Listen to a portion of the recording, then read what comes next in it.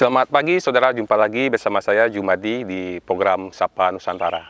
Dan pagi hari ini kita akan membahas terkait prestasi yang diraih oleh SMA Negeri 9 Kota Jambi, terutama siswanya yaitu Andika dan Bima yang telah berprestasi di tingkat nasional dan internasional.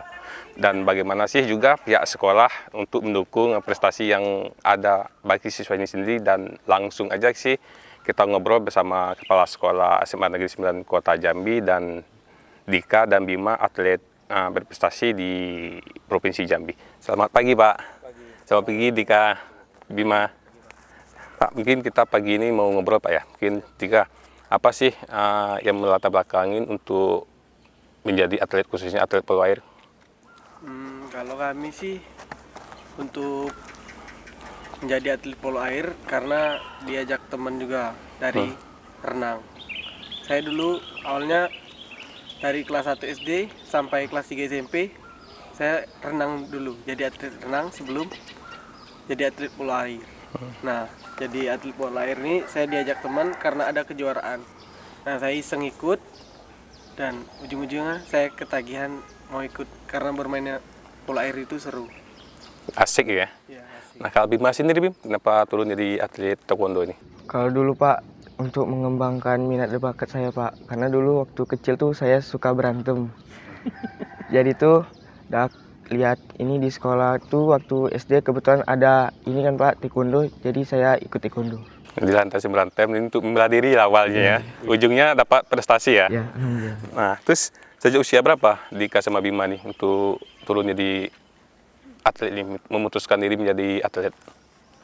Kalau kami sih Pak emang dari kecil disuruh orang tua saya, karena orang tua saya juga atlet dan kakak-kakak saya juga atlet. Jadi saya disuruh orang tua emang dari kecil. Memang dari kecil memang ada turunan dari orang tua memang atlet nih ya. Atlet. Kalau si Bima sini, Kalau kami dari usia 9 tahun Pak. mungkin kita ke Pak Kepala Sekolah Pak ya, Pak Zamroni. Pak, gimana sih Pak sekolah mendukung siswa yang berprestasi Pak, baik di tingkat nasional maupun di tingkat internasional Pak? Baik, terima kasih. Sebenarnya tidak ada upaya khusus lah, karena mereka ini memang tumbuh kembang di bidang olahraga sejak awal. Sebelum mereka di SMA, mereka sudah berlatih, exercise di kompetensi masing-masing. Kalau Bima di taekwondo, kemudian Dika tadi seperti yang kita dengar, keturunan ya dari orang tua, kakak, adik semuanya atlet gitu. Ya kebetulan saya juga kenal baik sama orang tuanya. Jadi untuk mendukung mereka, kita memberikan peluang yang sebesar-besarnya bagi mereka untuk mengembangkan diri ketika mereka berada di tingkat SMA dengan memberikan rekomendasi, dispensasi ketika mereka misalnya ada kegiatan intens untuk memacu kompetensi mereka, biasanya dipersiapkan untuk menghadapi kejuaraan gitu. Jadi ketika belajar efektif mereka kita berikan dispensasi dengan tetap memperhatikan tugas-tugas yang ada di sekolah dari guru-guru mereka. Nah, bagaimana sih Pak sekolah membantu siswa untuk menyeimbangkan antara pendidikan dan latihan di luar maupun di sekolah sendiri sih Pak? Kita belajar mulai aktif dari jam 7.15 ya udah ada di kelas sampai jam 15.45 begitu. Jadi kalau mereka memilih latihan di jam-jam efektif sekolah memang tidak akan intens gitu. Jadi mereka seperti yang saya sampaikan tadi diberikan peluang lah, grab opportunities itu.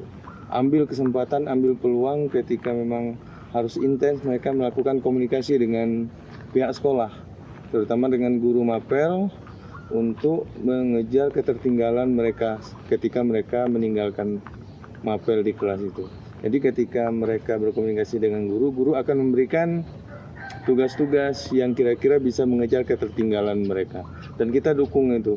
Karena kita melihat bahwa ada anak betul-betul bisa mengembangkan kekuatan atau dominasi otak kanannya gitu ya. Ini kalau otak kanan itu cenderung ke kreativitas, olahraga dan sebagainya. Dan mungkin mereka agak lemah di bidang akademik gitu.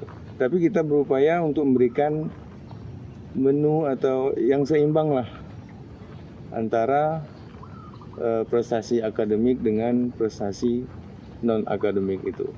Ya, kalau mau mencapai kedua-duanya mungkin susah, satu saja dipilih dengan tidak mengabaikan hal yang lain komunikasi. Misalnya mereka harus mendominankan atau mengutamakan prestasi non akademik, tapi tidak boleh sama sekali mengabaikan prestasi akademik, karena apapun ceritanya akademik itu adalah hal yang lebih utama daripada non akademik, dengan tidak mengabaikan satu sama lain. Jadi sailun sailimbai lah, seiring senada begitu. Mungkin Pak ada kan selain taekwondo dengan polo air ya, mungkin ada fasilitas lain yang kita sediakan di sekolah, mau baik lapangan voli, basket, gimana sih, ada nggak sih Pak? Untuk mendukung Undang-Undang Nomor 11 tahun 2022 tentang sistem keolahragaan nasional itu, di pasal 26 ayat 6 itu sekolah itu dituntut untuk membuat atau membentuk unit kegiatan olahraga. Nah, oleh sebab itu kita sudah memberikan fasilitas yang cukup lah di sekolah. Ada tim voli kita, ada tim futsal, ada basket gitu. Jadi mereka ini dibina tentang yang saya sebutkan tadi oleh guru olahraga yang ada di dalam sekolah ini saja. Jadi itu mereka membuat jadwal tersendiri setelah mengikuti pembelajaran efektif di sekolah. Mungkin kita kembali ke Dika ya. Dika, bagaimana sih Kak dukungan dari orang tua dan keluarga untuk menjadi atlet polo air ini sendiri? Kalau untuk dukungan orang tua sangat mendukung. Nah, waktu saya ikut PON, saya kira orang tua saya nggak datang. Emak saya datang tiba-tiba di Medan. Saya nggak tahu. Kalau Bima sendiri, Bim, gimana Bim? Orang tua sangat mensupport saya, Pak. Support ya. Nah, mungkin ke Bapak cek lagi ya, Pak, gimana sih Pak program khusus yang dijalankan untuk siswa-siswa berprestasi ini Pak? Program khususnya sebenarnya mereka yang lebih paham daripada kita. Kalau kegiatan yang saya sebutkan tadi seperti voli, kemudian basket, itu memang dikelola oleh unit sekolah gitu ya. Tapi untuk polo air tentunya tidak. Kita hanya memberikan waktu dispensasi kepada mereka ketika ada kegiatan intens, terutama kepada Dika kemarin banyak kegiatan meninggalkan pelajaran itu karena dipersiapkan untuk kegiatan di Korea, yang di internasional Singapura. Ya, jadi kita berikan waktu dispensasi lah. Nah, mungkin di situ nanti nasib beliau, nasib anak kita akan berkembang untuk membantu masa depannya begitu.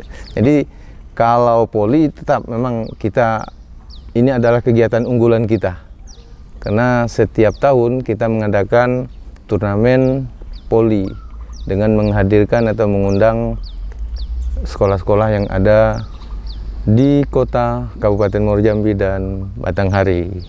Nah, ini adalah kegiatan unggulan kita. Kemudian ada futsal ini nanti diimplementasikan dalam kegiatan Liga Smanes namanya. Ini setiap tahun sama dengan poli tadi, Liga Smanes kita laksanakan setiap tahun menjelang HUT RI itu, HUT Smanes.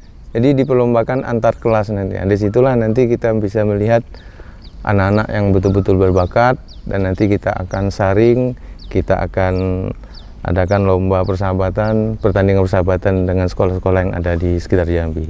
Pak, mungkin obrolan kita aja cukup menarik Pak, tapi kita tahan dulu Pak ya setelah jeda berikut. Oke.